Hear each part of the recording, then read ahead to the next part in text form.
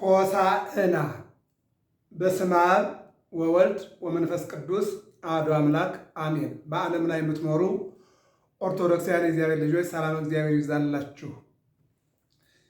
የ2018 ዓመተ ምህረት አብይ ጾምን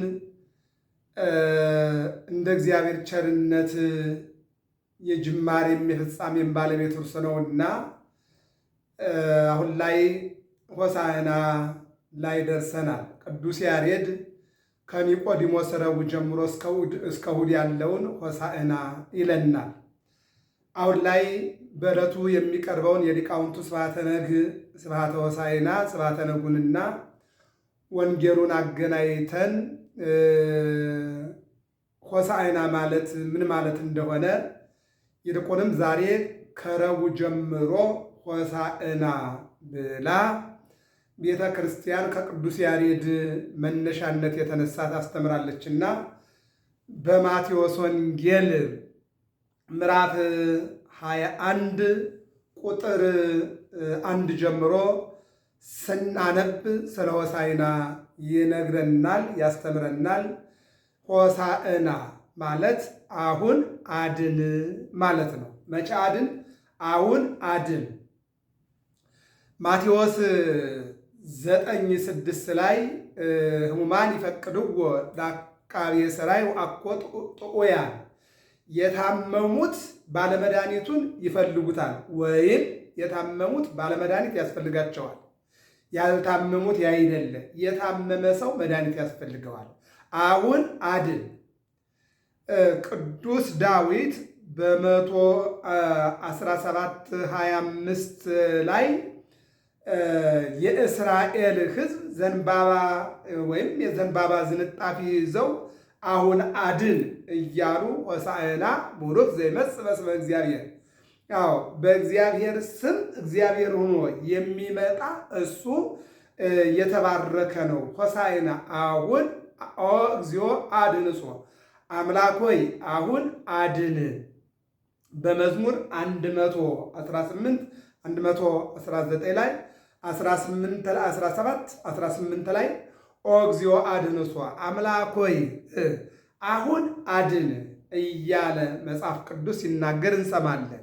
በማቴዎስ ወንጌል ምዕራፍ 21 ቁጥር 1 ጀምሮ፣ በማርቆስ ወንጌል ምዕራፍ 11 9 ጀምሮ፣ በዮሐንስ ወንጌል 12 13 እነዚህን ስንመለከት ሆሳዕና በአርያም ሆሳዕና በአርያም ኦ እግዚኦ አድንሶ ከቅዱስ ዳዊት ከመዝሙረኛው የተወሰደው ኃይለ ቃል መዝሙረኛው ልበ አምላክ ዳዊት አቤቱ አምላክ ሆይ፣ አዎ የእስራኤል ሕዝብ ዘንባባ ወይም የዘንባባ ዝንጣፊ ይዞ አሁን አድን፣ ይቅር በል፣ ማር እያሉ የተናገሩትን እነሆ ቅዱስ ዳዊትም ይህንን ይዞ ተነስቶ ተናግሯል። ከቅዱስ ዳዊት ደግሞ ወንጌላውያን አራቱም ወንጌላውያን አሁን አድን አሁን አድን እያሉ በድግምግሞች ሲናገሩ እንሰማቸዋለን። በመሰረቱ ግን መዳን ማለት ምንድን ነው? አድን ማለት ምንድን ነው? አዎ ኦሪት ዘፍጥረት ምዕራፍ 2 ቁጥር 7 ላይ እግዚአብሔር አዳምን ፈጠረው። ከፈጠረው በኋላ 4 መሰረታዊ ስጦታ ሰጠው። ልብስ፣ ምግብ፣ መጠለያ፣ ኦክስጅን፣ አየር። ወአንበሮ ውስተ ገነት፣ በገነት አስቀመጠው። ወተከለ ሰለስተ ዕፀ ሕይወት በዲበ ምድር፣ በገነት 3 እጽዋትን ተከለ። ዕፀ ወይን በወይን ጀርባ ያለውን ብላ። ዕፀ ሕይወት 1000 ዘመን በኋላ ትበላለህ፣ ጠብቃት። ዕፀ በለስ እንዳትበላ፣ እንዳታያት፣ እንዳትቆርጣት። ዕፀ በለስን በበላ ጊዜ የሞት ሞት ትሞታለህ። ለአዳም የምትረዳው ሔዋንን ከአጽሙ አውጥቶ ሰጠው። አዳምም ዛቲ አጽም ማጽሜ የተኮነኒ ብእሲተ፣ ይቺ አጥንት ከራሴ ናትና ሚስት ትሁነኝ ብሎ የራሱ አደረጋት። ጉዟቸው ጀመሩ። እንደረ 7 ዓመት አለው አዳም ትእዛዘ እግዚአብሔር። 7 ዓመት ሲሆናቸው ሰይጣን ከክብሩ ወርዶ ከወንበሩ ወርዶ ተዋርዶ ነበርና ወደ ወንበሩ መመለስና ወደ ብርሃናዊ መላክነቱ መመለስ ባይችል ሳጥናኤል እነሆ አዳምን ከዛ ከመቶኛ አዎ እነሆ ወንበር ላይ ለማውረድ 7 ዓመት ታገለው። ወደ ወንበሩ መመለስ እንደማይችል ያውቃል። ነገር ግን ወንበሩ ላይ ያለውን አዳምን ለማውረድ 7 ዓመት ታገለው። ዛሬም በሕይወታችን ላይ ብዙ ነገሮችን እናያለን። ሰዎች የእኛን ዕድል የእኛን ድርሻ ማግኘት ባይችሉ እኛን ከክብር ለማውረድ፣ እኛን ከማንነት ለማውረድ፣ እኛን ከጸጋ ለማውረድ የማይጥሩ የሉም። ይህ በሕይወታችን የምናየው ነውና ስለዚህ ሰይጣን በአዳም ወንበር መቀመጥ ባይችል አዳምን ለማውረድ 7 ዓመት ጣለ። በ7 ዓመቱ እነሆ በሔዋን ምክንያት በለስን በልታ አዳምን በማብላቷ እነሆ የሰው ልጅ ከክብሩ ወረደ። ከዚህ ሰውረን መድኃኒዓለም ገነትን የሚያክል ቦታ እግዚአብሔርን የሚያክል ጌታ አጣ። ይልቁንም ጸጋው ተገፈፈ። ራቁታቸውን ሆኑ። አዳም ለሔዋን ቅጠል አገለደመላት፣ እሱም አገለደመ። እግዚአብሔር ደግሞ በቅጠል ፋንታ ቁርበት አለበሳቸው። 5500 ዘመን ሲፈጸም ከልጅ ልጅ ተወልጄ አድንሃለሁ አለ። ይሄ ነው እንግዲህ አሁን አድን። በምን በገባኸው ቃል ኪዳን እንደ ተስፋ ቃልህ አሁን አድን። አሁን ህመም በማን መጣ? በሰው ልጅ። መድኃኒት ማን ሆነ? እግዚአብሔር። ህመም እንዴት መጣ? በሽታ እንዴት መጣ? የሰው ልጅ የእግዚአብሔርን ሕግ ባለመጠበቁ፣ የእግዚአብሔርን ሕግ በማፍረሱ፣ አትብላ የተባለውን በመብላቱ። አሁን ላይ ትናንት ሞት፣ ህማም፣ መከራ የመጣው አትብላ ተብሎ ነው። አሁን ላይ ደግሞ ብሉ ነው። አዎ በልታችሁ ዳኑ። ያልበላ አይድንም። የትናንቱን እነሆ ቅጠል አትብሉ ተብሎ የሰው ልጅ ቅጠል በልቶ ሞቷል፣ ታሟል፣ መከራ አግኝቶታል። አሁን ላይ ደግሞ እነሆ ክርስቶስ ሥጋዬን ብሉ ደሜን ጠጡ ዳኑ እያለ ነውና ሥጋውን በልተን ደሙን ጠጥተን እንድንድን እግዚአብሔር ይርዳን። አንዳንድ ጥቅሶችን እስኪ እንመልከት። መዝሙረኛው ልበ አምላክ ዳዊት በመዝሙር 28 ቁጥር 9 ላይ ሕዝብህን አድን፣ ርስትህን ባርክ፣ ጠብቃቸው ይላል። እግዚአብሔር አምላክ የድንግል ማርያም የአስራት ሀገር የሆነችው ኢትዮጵያንና ሕዝበ እግዚአብሔር እንዲጠብቅልን መልካም ፈቃዱ ይሆንልን። ይህን ያለው ዳዊት ምን አለ? ሕዝብህን አድን፣ ርስትህን ባርክ። የሁላችን ጸሎት ሊሆን ያስፈልጋል። መዝሙር 50 ቁጥር 15 በመከራ ቀን ጥራኝ አድንሃለሁ። ከዚህ የበለጠ መከራ አለ? በዚህ ጊዜ እግዚአብሔር ልንጠራ ያስፈልጋል። ዳዊት ምንድነው ያለው?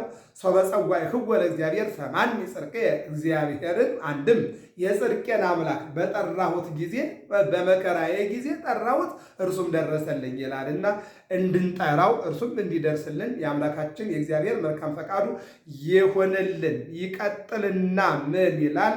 መዝሙር 64 1 ላይ በቀኝህ አድን። በቀኝ የአብ ቀኝ ክንዱ ወልድ ነው።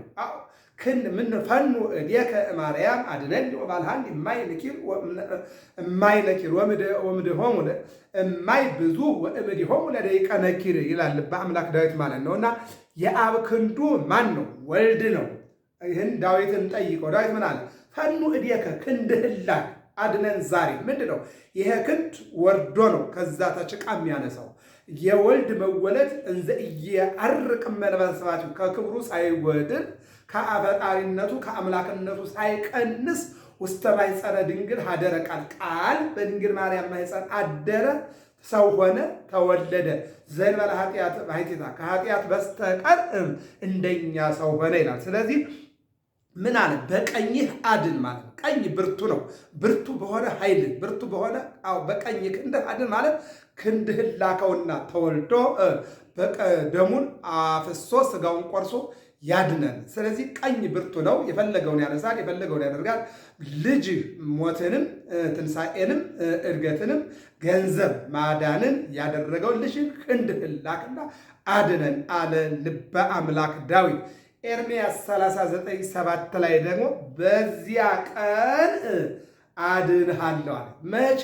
ቀራንዮ መጋቢት 27 ቀን ተሰቅሎ እንደሚያድን ሲናገር በኤርምያስ በነቢዩ ላይ አድሮ ምን አለ? በዚያን ቀን አድንሃለሁ አለ። በነገራችን ላይ ዳዊት ክንድህን ላክ አለ፣ ተናገረ። ክንዱ የተባለው ክርስቶስ ነው። መጣ፣ ተወለደ። ዳዊት ግን ይህን ተናገረ እንጂ ሞት ቀደመው። ኢሳይያስ መድኃኒት ትልካለህ፣ በመድኃኒት አድነን አለ። መድኃኒቱን አሻግሮ አየ። እምርሆ ቅሰ ሬዋ ድንግል ማርያምን አየ። እምርሆ ቅሰ ቀራንዮን አያት። ኢሳይያስ ግን በመጋዝ ተሰንጥቆ አረፈ። ኤርምያስ ምን አለ? በዚያን ቀን አድንሃለሁ ብሏል እግዚአብሔር። የሚቤዥ እግዚአብሔር አለ። መዳን እንደሚመጣና እንደሚደርስ ኤርምያስ ተናገረ። ኤርምያስ ግን በድንጋይ እንደ እባብ ተቀጥቅጦ አለፈ። አያት በራእይ በሱባኤ እንጂ ቀኑ አልደረሰም። ይህን ነው የሚነግረን።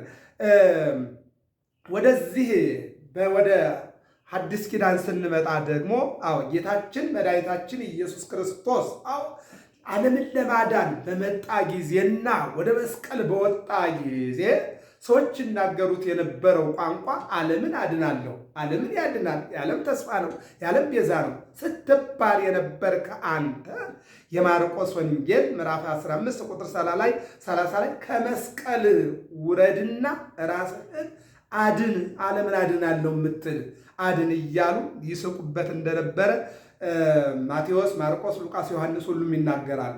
መስቀል ላይ የተንጠለጠለው በእርግጥም ዓለምን ለማዳን ነው፣ ሊያድን ነው። እነሱ ግን ያፌዙና ይስቁ ነበረ። ዓለምን አድናለሁ ብላል፣ ለምን ራስን አታድንም?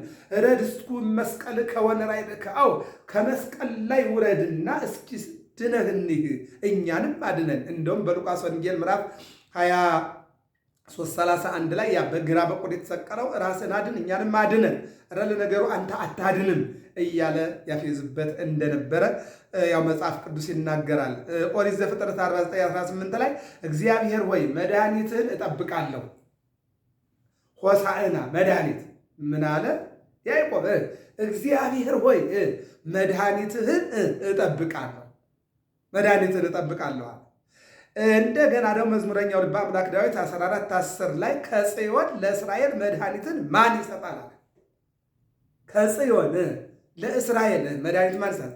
ጽዮን ኢየሩሳሌም፣ ጽዮን ድንግል ማርያም፣ ጽዮን ታቦተ ጽዮን። ከጽዮን መድኃኒትን ማናት? ድንግል ማርያም ናታ።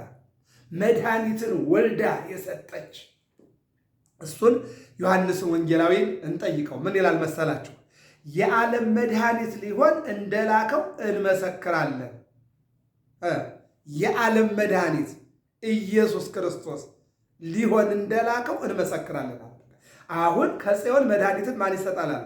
እግዚአብሔር በማን? በድንግል ማርያም መድኃኒቱን ወለደችው። መድኃኒት ክርስቶስ ዓለሙን አዳነ። ይህን ይነግረናል ማለት ነው።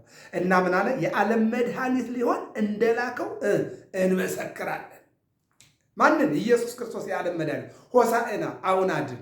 ይህን ነው እየነገረን ያለው ማለት ነው። ሌላው መዝሙር 111:9 ላይ መድኃኒትን ለሕዝቡ ሰደደ። መድኃኒትን ለሕዝቡ ሰደደ። ማንን? ኢየሱስ ክርስቶስ። ምንድነው? ጸዋሬ ዜና የምስራች ተናጋሪ ቅዱስ ገብርኤል። አምላክን ጸንሳ የምትወልድ የምታጠባ ደግሞ እመቤታችን ድንግል ማርያም። እመቤታችን የአምላክ እናት እንደሆነች ቅዱስ ገብርኤል መጣ እንዳነገራት እንደ ቅዱስ ገብርኤል ቃል አምላክን ጸንሳ አምላክን ወለደች። እሷ የወለደችው የዓለም መድኃኒት ምንድን ነው? የሉቃስ ወንጌል ምዕራፍ 2 ላይ እንደምናየው አስቀድሞ በመልአኩ እንደተነገረ የወለደችውን ልጅ በ8ኛው ቀን ኢየሱስ አለችው። ኢየሱስ ማለት መድኃኒት ማለት ነው። ለዮሴፍ ምን አለው? ስሙን ኢየሱስ ትለዋለህ፣ መድኃኒት ማለት ነው። ለድንግል ማርያም ቅዱስ ገብርኤል ምን አለ? ትወልጃለሽ፣ ይልቁንም ስሙን ኢየሱስ ትይዋለሽ። ቀጠለ። በ8ኛው ቀን እሷም ምን አለችው? ወሰሜቶ ስሙንም ኢየሱስ አለችው። አስቀድሞ በመልአኩ እንደተነገራት ኢየሱስ አለችው። ኢየሱስ ማለት መድኃኒት፣ መድኃኒዓለም፣ የዓለም መድኃኒት። ይህንን ነው እየተናገረ ያለ። መድኃኒት ለሕዝቡ ሰደደ ይልና ኢሳይያስ 43:3 ላይ ደግሞ እኔ የእስራኤል ቅዱስ አምላክ እግዚአብሔር መድኃኒት ነኝ። የማን? እኔ የእስራኤል ቅዱስ እግዚአብሔር መድኃኒት ነኝ። እኔ የእስራኤል ቅዱስ አምላክህ እግዚአብሔር መድኃኒት ነኝ። ለኢትዮጵያ ብሎም ለዓለም መድኃኒትን እግዚአብሔር ይላክልን። ይህን ነው ኢሳይያስ እኔ የእስራኤል ቅዱስ አምላክህ እግዚአብሔር መድኃኒት ነኝ ያለው ኢሳይያስ መድኃኒቱ ላይ አልደረሰም። ይልቅንም ኢሳይያስ ራሱ በአንድ ወቅት ዖዝያንን መንቀፍ ባለመቻሉ መገሰጽ ባለመቻሉ አፉ በቁስል ተመታ ስላልመሰከረ። ምክንያቱም አንደበት የተሰጠው ሊናገርበት፣ ጆሮ የተሰጠው ሊሰማበት፣ ዓይን የተሰጠው ሊያይበት፣ እጅ የተሰጠው ሊያነሳበት፣ እግር የተሰጠው ሊሄድበት፣ አፍ የተሰጠው መልካሙን ነገር ሊያወራ ነው። ግን በዚህ መመስከር አልቻለም። በኋላ ግን እግዚአብሔር በቁስል መታው። መነፌኑ ህዝቤ እስራኤል ወደ ህዝቤ ማንን ልላክ ሲል መሄድስ እኔ እሄድ ነበር፣ ነገር ግን አፍ የለኝም አለ። ከዚህ ህዝብ መካከል ላይ አፌ የተመታ በሽተኛ ነኝ አለ። ምን ይላል? እግዚአብሔር ከመላእክት ሱራፌልን ልኮ ወነሳ ፍመ በጉጠት ፍም ይዞ መጣ። አፍን ክፈት አለው። አፉን ከፈተ። ፈወስኩከ እኔ አምላክ እግዚአብሔር ፈወስኩ አዳንክ ይላልና ዳነ። አየው፣ ያ እዛ ላይ ለጊዜያዊ በቅጣት የመጣበትን በሽታ እግዚአብሔር በመላኩ በቅዱስ መልአክ አድኖታል። አሁን ይህኛውን የኢየሱስ ክርስቶስ ማዳን ግን በርቀት ተመለከተ፣ አልደረሰም። ሞት ቀደመው። በድንጋይ በመጋዝ ተሰንጥቆ ነው የሞተው። እንደዚህ ናቸው አባቶቻችን ማለት ነው። ሌላው ኢሳይያስ 45:17 ላይ እግዚአብሔር እስራኤልን በዘላለም መድኃኒት ያድነዋል። እስራኤልን እግዚአብሔር እስራኤልን በዘላለም መድኃኒት ያድነዋል። እስራኤልን እግዚአብሔር በዘላለም መድኃኒት ያድነዋል እና በቤተልሔም ከድንግል ማርያም የተወለደው የዓለም መድኃኒት ነው። ይህንን መዝሙር 77 ላይ ነው። እግዚአብሔር ሰ ንጉሥ ውእቱ እምቅድመ ዓለም ወገብረ መድኃኒተ በማእከለ ምድር። እግዚአብሔርማ አንድም እግዚአብሔርስ ከዓለም አስቀድሞ ንጉሥ ነው፣ በዚህ ዓለም ንጉሥ ነው፣ ዓለምንም አሳልፎ ንጉሥ ነው። ነገር መድኃኒትን ያደረገ በዘላለም መድኃኒት ያድነዋል ማለት ነው። በዘላለም መድኃኒት ያድነዋል።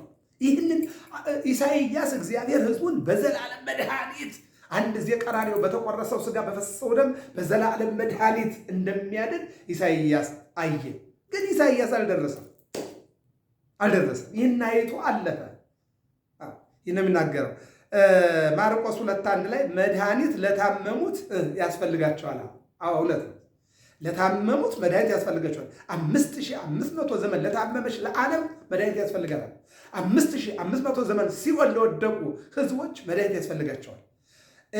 እነ አብርሃም፣ እነ ይስሐቅ፣ እነ ያዕቆብ፣ እነ ዳዊት፣ እነ ሰሎሞን አበይት ነቢያት፣ ደቂቀ ነቢያት፣ የቃል ነቢያት፣ የጽሑፍ ነቢያት እነዚህ ሁሉ ወደ ሲኦል ወርደዋል። ለዚህ ነው ልበ አምላክ ዳዊት ዋዲ በተስፋው ሀደረ ሥጋዬ እስመ ይትሐድጋ ውስተ ሲኦል ለነፍሴ፣ ሥጋዬ ደግሞ በተስፋ ያድራል ነፍሴን በሲኦል አተዋትም። እነዚህ ሁሉ ወደ ሲኦል ተጋዙ። አንድ ቀን ግን ምን አለ? እግዚአብሔር እስራኤልን በዘላለም መድኃኒት ያድነዋል ከድንግል ማርያም በተወለደ። ይህን ነው የሚነግረን። መድኃኒት ከጽዮን ይወጣል አለ ቅዱስ ጳውሎስ ደግሞ ሮሜ 11:26 መድኃኒት ከጽዮን ይወጣል። ጽዮን ድንግል ማርያም፣ ከእሷ መድኃኒት ክርስቶስ ተወለደ። ክብርና ምስጋና ለእናታችን ለድንግል ማርያም። ቅዱስ ጳውሎስ መሰከረ። መድኃኒት ከጽዮን ይወጣል ሮሜ 11:26 ላይ። ሌላው ፊልጵስዩስ 3:20 ላይ የሚመጣ መድኃኒት ክርስቶስን እንጠብቃለን። ምን የሚመጣ መድኃኒት ክርስቶስን እንጠብቃለን። እንደ ተስፋ ቃሉ የሚመጣው እንጠብቃለን አሉ አበይት ነቢያት ደቂቀ ነቢያት። ጳውሎስ ደግሞ ምን አለ? የሚመጣ መድኃኒት ክርስቶስን እንጠብቃለን አለ። ሶስት ጊዜ እንደሚመጣ ዳዊት ተናግሯል። ጳውሎስም ያን አይደግሙ። ዓለምን ለመፍጠር ይመጣል፣ ፈጠረ። ዓለምን ለማዳን መጣ፣ ከድንግል ማርያም ተወለደ። አሁን ደግሞ ዓለምን ለማዳን ማለት ምንድን ነው? እነሆ በዘላለም መንግስቱ ዓለምን ሊፈውስ ይመጣል። ኑና ሁሩ ይመጣል። ጻድቃንን በቀኙ ኃጥአንን በግራው ሊያቆም ሊያድን ይመጣል። ይህን ነው ጳውሎስ እየተናገረ ያለው። ቅዱስ ጳውሎስ ታላቁ ሊቅ የተማረ የተማወረውን የኖረውን የጻፈ 14 መልእክታት የጻፈ ብርሃነ ዓለም ቅዱስ ጳውሎስ ምን አለ? እነሆ የሚመጣ መድኃኒት ክርስቶስን እንጠብቃለን፣ የዓለም መድኃኒት ሊሆን እንደላከው እንመሰክራለን አለ ቅዱስ ዮሐንስ ወንጌላዊ። ደግሞ እንግዲህ እዚህ ላይ የምናየው እስኪ የዕለቱን ጾመ ድጓ ደግሞ ቤተ ክርስቲያናችን ዛሬ በስብሐተ ነግህ በተባለው ቃል እግዚአብሔር ላይ ምን ትላለች የሚለውን አናገናኘውና ሆሳዕና ከዛሬ ጀምሮ እስከ እሑድ ሰፊ ሽፋን ስላለው በጊዜውና በሰዓቱ እንመለከተዋለን። በየቀኑ ስለ ሆሳዕና በተለያዩ ትምህርቶች እንገናኛለን። አሁን የምንመለከተው ዛሬ ዕለተ ረቡዕ የመጀመሪያው ሆሳዕና የተጀመረበት ወይም ደግሞ ቀን ስለሆነ እሱም በተመለከተ እንነጋገራለን። ምን ይላል? ነአኩተከ እግዚኦ አምላክነ፣ አምላካችን ወይ እናመሰግንሃለን። አምላካችን ሆይ ከፍ ከፍ እናደርግሃለን። አዎ ለደቂቀ አዳም ዘከፈልከነ ምሕረተከ ምሕረትህን ይቅርታህን ለአዳም ልጆች ስለሰጠህን ስለከፈልከን ናኩተከ እናመሰግናለን። ማለት አዳም ቢበድል ሔዋን ብትበድል 5500 ዘመን የነበረውን ጨለማ ልትገፍ ውድቀትን ልታነሳ ባርነትን ወደ ነፃነት ልትቀይር መስቀል ላይ ተንጠልጥለህ ዓለምን ለማዳን ፈቃድ ሆኖ ስለመጣ ናኩተከ እግዚኦ ወአምላክነ አምላካችን እግዚአብሔር ወይ እናመሰግንሃለን። በቅዳሴ ሐዋርያት በቅዳሴ ጊዜ የሚባል ቃል እዚያ አይነ ነአኩተከ እግዚኦ አምላክነ ለደቂቀ አዳም ዘከፈልከነ ምሕረተከ። አዎ እነሆ ለአዳም ልጆች ምሕረትህን ይቅርታህን በጎነትህን ስለከፈልከን እናመሰግንሃለን፣ ከፍ ከፍ እናደርግሃለን። መላ ምድረ ዘፈጠርከ። አዎ እነሆ የፈጠርከው ሕዝብ ምድርን መላ። ይልቁንም አዎ ምሕረትህ ምድርን መላ፣ ምሕረትህ ዓለምን ጎበኘ ይልና አቤተነ በመድኃኒትከ በመድኃኒትህ አድነን፣ በመድኃኒትህ አንቃን፣ በመድኃኒትህ ፈውሰን። አቤተነ በመድኃኒትከ ጸግወነ ወትረ ሰናይተከ። እነሆ ይልቁንም ሁልጊዜ በጎነትህን መልካምነትህን ስጠን። መልካምነቱን በጎነቱን እንዲሰጠን የእግዚአብሔር የአምላካችን መልካም ፈቃድ ይሁንልን። ዛሬ ስብሐተ ዘነግ ንፌኑ ለከ እግዚኦ በጧት ተነስተን የጧት ምስጋና እናቀርብልሃለን በተባለው ስብሐተ ነግ ሊቃውንቱ ሲናገሩት ያረፈዱት ቃለ እግዚአብሔር ይሄ ነው ማለት ነው። ኒቆዲሞስ ረቡዕ ጧት የሚባል ቃለ እግዚአብሔር ይሄ ነውና እግዚአብሔር አምላክ ሁላችንንም በአምላክነቱ በቸርነቱ እንዲጠብቀን መልካም ፈቃዱ ይሆንልን።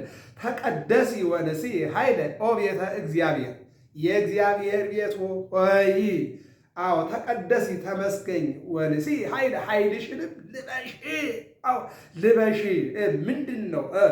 እስመናሁ አዎ ንጉሥኪ መጻ ይልቁንም ዘያበርለኪ በኃይሉ በኃይሉ የሚያበራልሽ ንጉሥ አሁን መጥቷልና። ማን? ኢየሱስ ክርስቶስ። የማቴዎስ ወንጌል ምዕራፍ 21 ቁጥር 1 ወደ ኢየሩሳሌምን ቀርበው ወደ ደብረ ዘይት ወደ ቤተፋጌ ሲደርሱ ያን ጊዜ ኢየሱስ ከደቀ መዛሙርቱ እንዲህ አላቸው። በ30 ዓመቱ ተጠመቀ። ጥር 11 ቀን አልዋለም አላደረም። ወደ ገዳመ ቆሮንቶስ ገባ። 40 ቀንና 40 ሌሊት ጾመና ጸለየ። ወጣ። ከወጣ በኋላ 3 ዓመት ከ3 ወር እየተዘዋወረ አስተማረ። ባስተማረው ትምህርት በፈጸመው ተአምራት አዎ አይሁድ ይሰቅሉትና ያስወግዱት ዘንድ ያው ትንቢት ተነግሯል። ተሰቅሎ ዓለምን እንደሚያድን ነገር ግን አመጣጡ በመጣባት ልክ አንዲት መንገድ ናትና አዎ መጀመሪያ ተወለደ፣ ከዚያ ተሰደደ፣ ከዚያ ተመለሰ፣ በናዝሬት አደገ፣ በ30 ዓመቱ ተጠመቀ፣ 40 ቀንና 40 ሌሊት እየተዘዋወረ አስተማረ። ከዚህ በኋላ የሚያደርገው ሆሳዕና ነው፣ ወደ ኢየሩሳሌም መግባት ነው። አሁን እንግዲህ ወደ ኢየሩሳሌም ሊገባ ነው። ሁሉ ዘእምቅድሜክሙ ወትብረክቡ ጓለ አድኅ ሱነ ወፈትዋ እምጽእ ወሊተ። ከዚህ በኋላ ሁለቱን ደቀ መዛሙርት ወደፊታችሁ ሂዱና የታሰረች አህያ ከውርንጭላዋ ጋር ታገኛላችሁ፣ ይዛችሁልኝ ነው አላቸው ይላል። አዎ አለና በዚያው ላይ ምን አላቸው? አህዮችን ይዛችሁ ስትመጡ አትንኩም ይላችሁ አትፍቱ የሚል ይነሳል። በዚያን ጊዜ ለጌታ ያስፈልጉታል በሉት። ሄዱ። ሲሄዱ የታሰረች አህያ ከውርንጭላዋ ጋር አገኙ። ሲፈቱ አትፍቱ አላቸው። ለጌታ ያስፈልጉታል። ለካ የሚያሰራቸው ሌባ ነው፣ ባለቤት አይደለም። ሲፈቱ እዚያ በኋላ ዝም አለ። ይዘው መጡ። በአንደኛዋ ላይ ከቤተፋጌ እስከ ኢየሩሳሌም ተጓዘ። ኢየሩሳሌም ሲገባ በውርንጭላው 3 ጊዜ ቤተ መቅደሱን ዞረ። አሁን ቤተ መቅደሱን ምን አደረገ? አጸዳ። ሶስተ ተአምሪ ጽዮን አሁን ሰላምኪ በጽሐ ብርሃንኪ። አሁን ኢየሩሳሌም ወይ ብታውቂ ሰላምሽ ዛሬ ነው። እዚህ ላይ ነው ምን አለ? ተቀደሲ ወንሲ ኃይለ ኦ ቤተ እግዚአብሔር የእግዚአብሔር ቤት ሆይ ተቀደሲ። አዎ እነሆ ኃይልሽን ልበሺ ይልና እስመናሁ ንጉሥኪ መጻ ዘያበርለኪ በኃይሉ። እነሆ በራሱ ፈቃድ እነሆ መጥቶ የተወለደ ሁሉን ነገር ያሳለፈ አምላክሽ አሁን መጥቷል፣ የሚያበራልሽ ብርሃንሽን የሚመልስ መጥቷልና ተዘጋጂ፣ ተቀደሽ፣ ተመስገኝ። እስመናሁ ንጉሥኪ መጻ ንጉሥሽ መጥቷልና፣ እውነተኛው ንጉሥ በአህያ ላይ ሆኖ መጥቷልና ደስ ይበልሽ። ንጉሥኪ መጻ ዘያበርለኪ በኃይሉ በኃይሉ የሚያበራልሽ ብርሃኑን የሚሰጥሽ። ለዛቲ ቤት ሳረረ አብ ቀዲሙ ያችንን ቤት አብ አስቀድሞ ሰራት። ለዛቲ ቤት ሐነፃ ወልድ ያችን ቤት ወልድ ሰራት። ለዛቲ ቤት ወፈጸማ መንፈስ ቅዱስ ይህችን ቤት አብ ሰራት። ይህችን ቤት ወልድ አነጻት። ይህችን ቤት መንፈስ ቅዱስ ፈጸማት። አዎ አንቺ ጽዮን ሆይ ደስ ይበልሽ እያለ ቅዱስ ያሬድ ይናገራል። መቅደስ ዓለም የእግዚአብሔር መቅደስ ነው። እግዚአብሔር አብ ሰራ፣ እግዚአብሔር ወልድ አነጸ፣ እግዚአብሔር መንፈስ ቅዱስ አጸና። ድንግል ማርያም እነሆ ፈጣሪ እናቱን ፈጠረ። አዎ እነሆ አብ ፈቀደ፣ ወልድ አብ ልጅን ሰጠዋለ። ወልድ ደግሞ በድንግል ማርያም ሊወለድ ፈቃዱ ሆነ። መንፈስ ቅዱስ ደግሞ ጠበቀ። ይህን ነው የሚናገረው።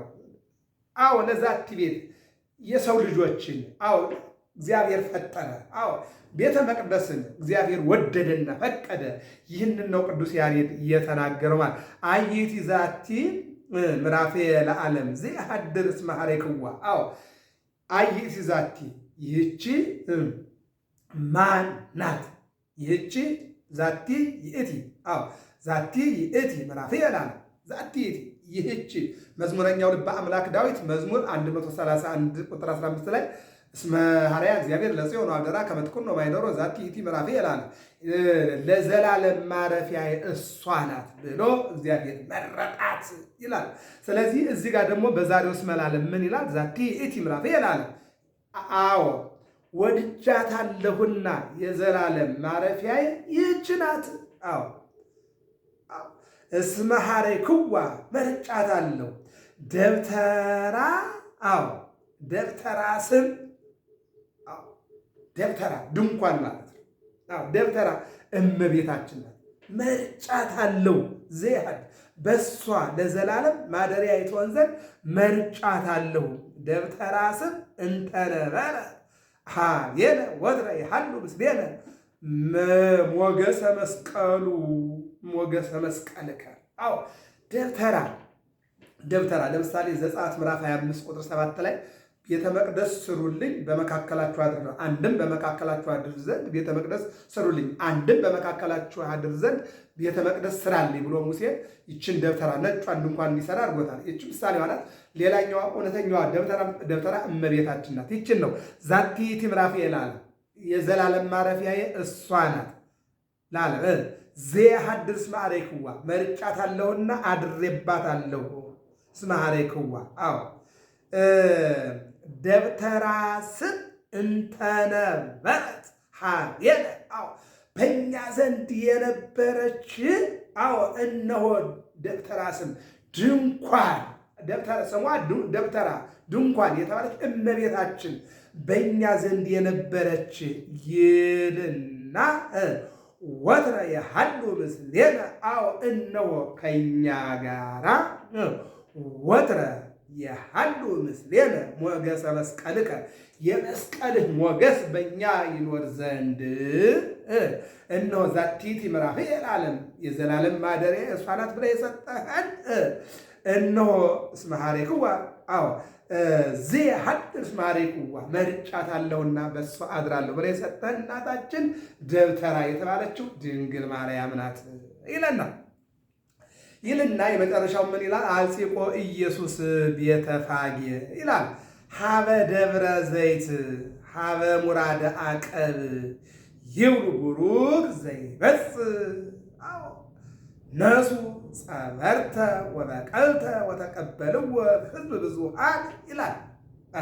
አሁን ሁለቱ ደቀ መዛሙርት ሄዱ፣ አህያ ይዘው መጡ። በአህያዋ ላይ ሆኖ እሱ ሲጓዝ ሕዝቡ አልጺቆ ኢየሱስ ቤተፋጌ ኢየሱስ ከሐዋርያት ጋር በአህያ ላይ ሆኖ በደረሰ ጊዜ ደብረ ዘይት ከደብረ ዘይት ወደ ኢየሩሳሌም ጉዞውን ባደረገ ጊዜ ደብረ ዘይት ማለት ምን ማለት ነው? ናዝሬት ሲያስተምር ይውላል። ደብረ ዘይት እየወጣ ያድራል።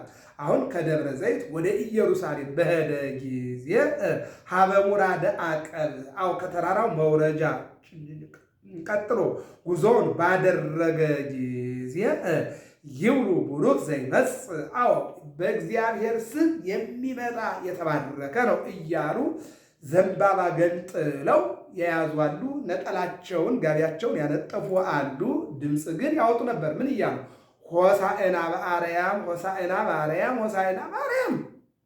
አዎ ምንድን ነው እያሉ ያሉት? አዎ መድኃኒት ከአርያም ላክ፣ መድኃኒትን ከአርያም ላክ፣ ሆሳዕና አሁን አድን፣ አሁን የሚያድን መድኃኒትን ላክ እያሉ ምን ይላል? ድጓውን ጨርሰው ቡሩክ ዘይመጽእ ቡሩክ አዎ ዘይመጽእ አዎ እያሉ ይቀበሉ ነበር። ምን ይዘው? ነሱ ጸበርተ ሰሌን ዘንባባ ይዘው ነበረ ይልና ወበቀልተ የዘንባባ ግንጣይ ይዘው አዎ ቡሩክ ዘይመጽእ አዎ በእግዚአብሔር ስም የሚመጣ የተባረከ እያሉ ይዘምሩ ነበር። ሕዝብ ብዙሃን አዎ ብዙ የሆኑ ሕዝቦች ሕፃናቱ፣ አረጋውያኑ፣ ወጣቱ አንድ ላይ ሆነው በእግዚአብሔር ስም የሚመጣ የተባረከ ነው እያሉ ያመሰግኑ ነበረ። ወሬዛ አዎ ወጣትም አዎ እምአይ መካን መጻእከ ከየት መጣህ አንተ ወጣት? አዎ እነሆ ከየት ቦታ ነበርክ? ከየት መጣህ? ወዴትስ መጣህ? ኢየሩሳሌም በስብሐት አዎ ኢየሩሳሌም አካባቢ ያሉ ምዕመናን በምስጋና ከወዴት መጣህ? መድኃኒት እነሆ ከቤት መጣ፣ ወዴት ተገኘ እያሉ ያመሰግኑት ነበረ ይለና በስብሐት አዎ አንድ ሆነው በምስጋና ተቀበሉት ይልና አይሩግ ሽማግሌዎች ወሕፃናት ሕፃናት ወጣቶች ይሴብሑ ኪያከ አንተን ያመሰግናሉ ወይብሉ እንዲህ እያሉ እኩት ወስቡሕ ስምከ ለዓለም አዎ ለዘለዓለም ስምህ ምስጉን ነው የተመሰገነ ነው ይልና ሆሳዕና ሆሳዕና ማለት መድኃኒት ማለት ነው። መድኃኒት ሆሳዕና በአርያም አዎ በሰማይ ምስጋና ይልቁንም እነሆ ምንድን ነው እያለ ያለው? ደቀ መዛሙርቱም ኢየሱስ እንዳዛቸው አህያይቱንና ውርንጫዋንም አመጡለት፣ ልብሳቸውን በእርሷ ላይ ጫኑ፣ ተቀመጠባቸው። ከሕዝቡም እጅግ ብዙዎች ልብሳቸውን በመንገድ ላይ አነጠፉ። ሌሎቹም ከዛፉ ጫፉን እየቆረጡ በመንገድ ላይ ያነጥፉ ነበር። የቀደሙትን ሕዝብ የሚከተሉትም ሆሳዕና ለዳዊት ልጅ በጌታ ስም የሚመጣ የተባረከ ነው፣ ሆሳዕና በአርያም እያሉ ይጮሁ ነበር። ሆሳዕና በአርያም አዎ መድኃኒት በሰማይ ወይም መድኃኒት ከሰማይ ተገኘ ማለት ነው። እነሱ ግን ቀጥታ ተናገሩት፣ ሆሳዕና በአርያም እያሉ ያመሰግኑ ነበረ ይላል። ይህን ነው የሚናገረው። ይጮሁ ነበረ። ወደ ኢየሩሳሌም በገባ ጊዜ መላው ከተማ ይህ ማን ነው ብሎ ተናወጠ። ሕዝቡም ይህ ከገሊላ ናዝሬት የመጣ ነቢዩ ኢየሱስ ነው አሉ። ኢየሱስም ወደ መቅደስ ገባና በመቅደስ የሚሸጡትን ሁሉ አስወጥቶ መቅደሱን አጸዳ ይላል። እሺ ሆሳዕና በአርያም መላእክተ አሕዛብ ተጋቡ ምስለ አምላከ አብርሃም አዎ እነሆ ሁሉም ከአብርሃም አምላክ ጋር ተሰበሰቡ። አዎ ሲያዩት በአህያዋ ላይ መጣ፣ እንደገና ውርንጭላዋ ላይ ሆኖ ቤተ መቅደሱ ሦስት ጊዜ ዞረ። ሁሉም ተሰበሰቡና እንዲህ አሉ። ምን አሉ? እንዘ ይብሉ ቧ ኢየሱስ ኢየሩሳሌም ኢየሱስ ኢየሩሳሌም ገባ እያሉ ደስ አላቸው። ሆሳዕና አሁን አድን። እግዚአብሔር አምላክ በልባችን ይግባ። ከዛሬ ከዕለተ ረቡዕ መጋቢት 23 ቀን እስከ እሑድ መጋቢት 27 ቀን ያለው በሙሉ ሆሳዕና ይባላል። በተለያዩ የወንጌል አገልግሎቶች እንገናኛለን። እግዚአብሔር አምላክ ሀገራችን ሰላም እንዲያደርግልን መልካም ፈቃዱ ይሁንልን። ገብረ መስቀል ሚዲያ ነው። ሰብስክራይብ ላይ እንግዲህ ሁልጊዜ እንገባለን እናያለን። በዚያም ተከታተሉ፣ በዚህም ተከታተሉ። ሰብስክራይቡን አትርሱ። ላይክ ሸር አድርጉ። ሰላም እግዚአብሔር ከሁላችን ጋር ይሁን። ወስብሐት ለእግዚአብሔር።